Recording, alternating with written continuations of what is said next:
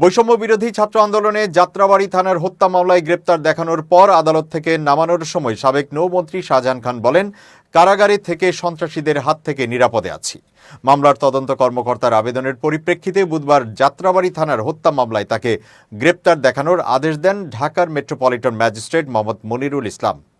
বুধবার সকাল 10:06 ঢাকা মহানগর হাকিম আদালতে তোলা হয় শাহজাহান খান, আনিসুল হক, কামাল মজুমদার, আতিকুল ইসলাম, সোলাইমান সেলিম সহ অন্য আসামিদের।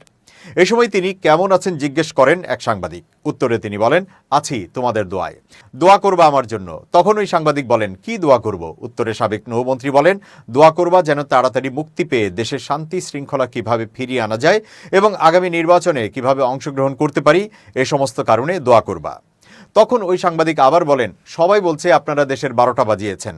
তখন শাহজাহান খান বলেন, আমরা 12টা বাজিয়েছি না কারা 12টা বাজিয়েছে এটা সামনে প্রমাণিত হবে। পরে তাদের কাঠগড়ায় উঠানো হয়। এ সময় তাদের হাতের হ্যান্ডকাফ, মাথার হেলমেট খুলে দেওয়া হয়। এরপর 10:15 বিচারক এজলাসে উঠলে তাদের বিভিন্ন মামলায় গ্রেপ্তার দেখানোর শুনানি শুরু হয়। পরে আদালত এক এক করে গ্রেপ্তার দেখানোর আবেদন মঞ্জুর করেন। এরপর তাদের আদালত থেকে নামিয়ে কারাগারের উদ্দেশ্যে নেওয়া হয়। এ সময় আরেক সাংবাদিক জিজ্ঞেস করেন, আপনি এত হাসেন কেন? তখন শাহজাহান খান বলেন, আমি সবসময় হাসি, মৃত্যুর আগ পর্যন্ত হাসতে থাকব।